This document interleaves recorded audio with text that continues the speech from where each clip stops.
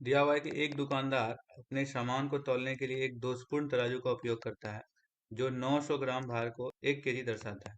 साथ ही दुकानदार क्या करता है, अपने सामान का जो मूल्य है वो 10% बढ़ाकर अंकित करता है। लेकिन दुर्भाग्यवश क्या होता है कि वह मापिकी विभाग द्वारा पकड़ लिया जाता है, जिसके बाद उसे निर्देश दिया जाता है कि वह तराजू को ठीक करवाए और साथ ही साथ दंड के रूप में क्या करे, 1 महीने तक अपने सामान को क्रय मूल्य पर 10% की छूट के साथ विक्रय करें।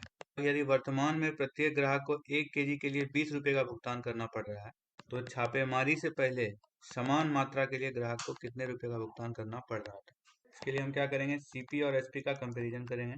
तो हमको दिया हुआ है कि इनिशियली जो है दुकानदार क्या कर रहा था, फॉल्टी वेट यूज कर रहा था, जिसमें वो 900 ग्राम के स्थान पे क्या हो रहा था, 1 केजी दर्शा रहा था।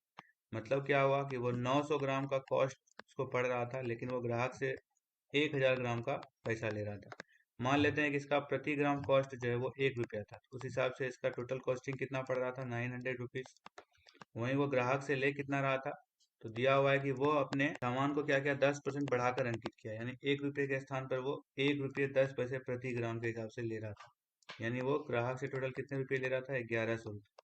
अब क्या बोलता है कि छापेमारी के बाद क्या होता है कि वह अपना तराजू को ठीक करवा लेता है।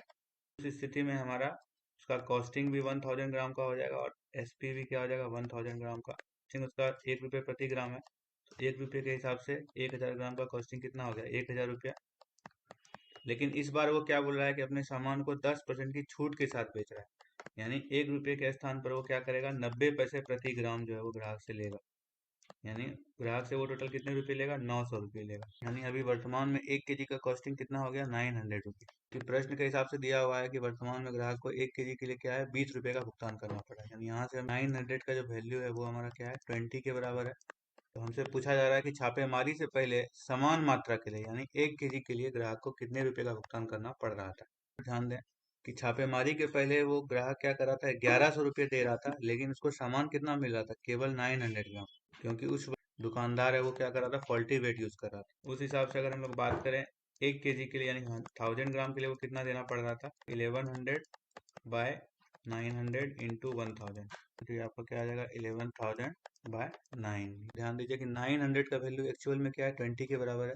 यानी 1 रुपये का वैल्यू क्या हो जाएगा, 20/900 के बराबर। उस हिसाब से इस अमाउंट का अगर हम एक्चुअल वैल्यू निकालें तो क्या हो जाएगा, इसको हम लोग मल्टीप्लाई कर देंगे किससे, 20/900 से। तो ये आपका आ जाएगा 2200/81। पॉइंट में 27.16 रुपीज आ जाएगा लगभग। कहने का मतलब क्या हुआ कि छापेमारी के पूर्व ग्राहक को 1 केजी के लिए 27 रुपये 16 पैसे का भुगतान करना पड़ रहा था।